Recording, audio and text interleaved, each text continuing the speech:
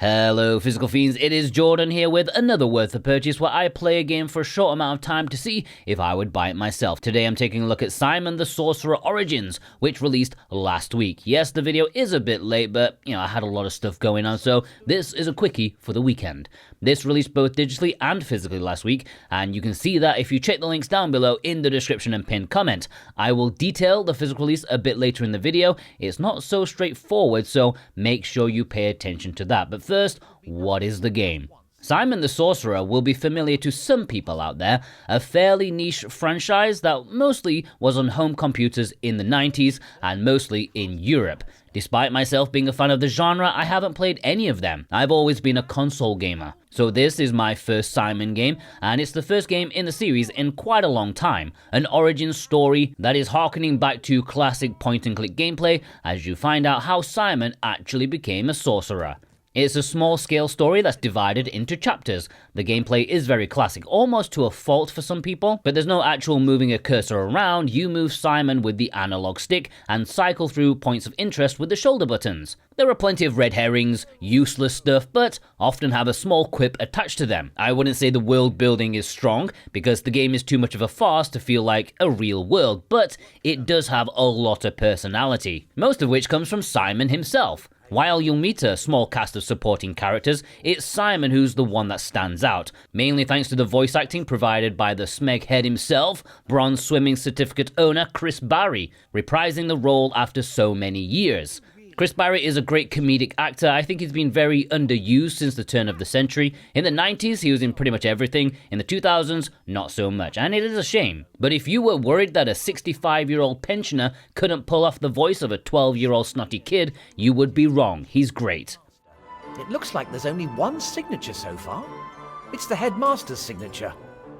In terms of the gameplay, you're getting lots of item mixing, magic usage, and using things with other things that you'd never think would be the solution. Of course, in this video, I'm not showing any of the solutions because that would be a big spoiler for each, so apologies if it looks like I'm wandering around aimlessly. There is no hint system in this game, so I pretty much was wandering around aimlessly.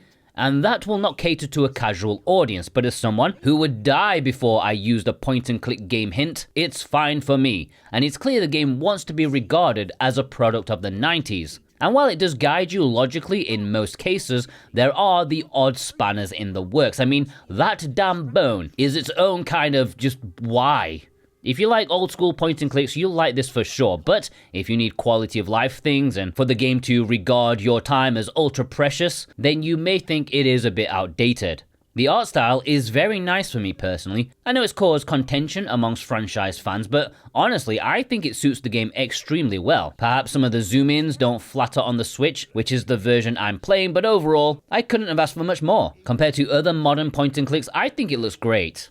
Before I get into the physical release, if you're new here, don't forget to hit that subscribe button. It will be the best thing you do today if you enjoy physical video games. Not only do you get useful, life-saving information, but you'll be doing the industry a favor too. The bigger this channel is, the more publishers will pay attention to the demand for physical media. Do it! Subscribe!